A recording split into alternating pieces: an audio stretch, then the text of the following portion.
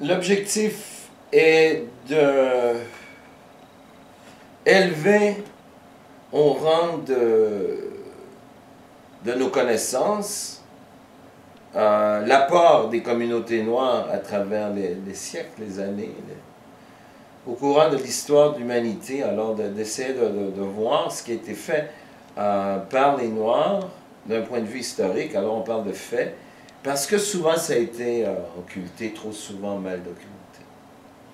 Le fait que les gens doivent savoir ce qui s'est passé.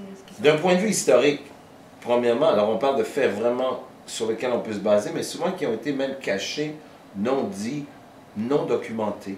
Mais d'un point de vue historique d'abord, sur l'histoire, quel est le rôle, comment les populations noires ont évolué, comment les populations noires ont immigré, comment les populations noires ont survécu à travers depuis aussi longtemps qu'on connaît les populations noires. Alors, on s'entend que même au moment que je te pose, que j'émets ces questions-là, il reste encore plein de réponses à donner, autant pour toi que pour moi. Parce que la découverte, je veux dire, la recherche doit se faire et elle est importante.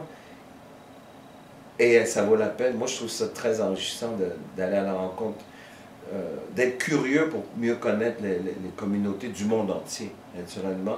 Pourquoi cet événement se déroule au mois de février?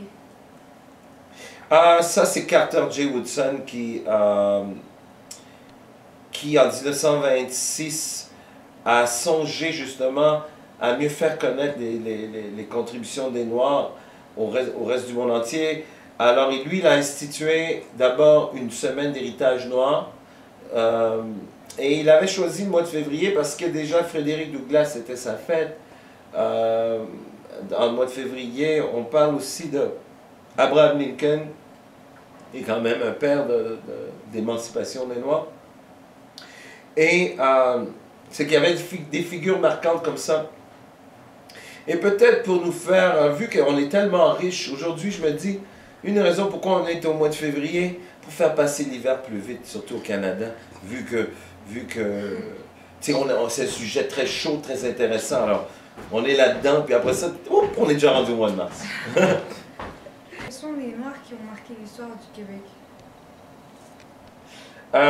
Des Noirs comme... Ben, je veux dire, dans l'imaginaire, il y a Mathieu Lacosta, qu'on sait qui a fait partie des voyages de Samuel de Champlain et de Pierre de Guémont dans les années 1606. Alors, lui était un interprète qui savait même parler les langues des Indiens Micmac.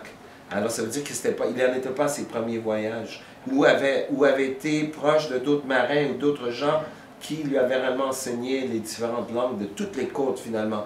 Et il venait des côtes africaines, mais il avait un nom portugais. Et on sait qu'il y avait plusieurs colonies portugaises, mais une fois qu'elles sont établies en Afrique, elles se mélangent avec les Africains.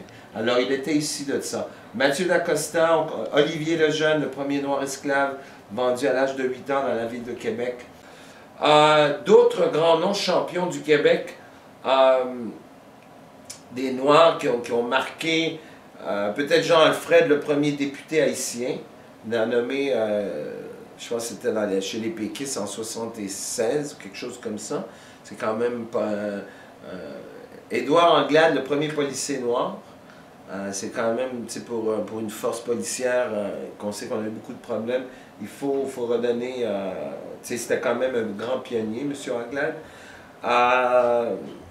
Ça m'amène, c'est sûr qu'il y en a plein d'autres là, mais c'est sûr que Michael Jean, qui est devenu gouverneur général du Canada, qui est maintenant secrétaire au sommet de la francophonie, est une incontournable.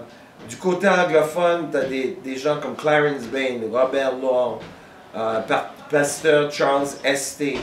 Il y a plusieurs gens du côté anglophone qui ont réellement marqué Montréal de façon charnière. Alors, c'est quelques noms que je peux te donner.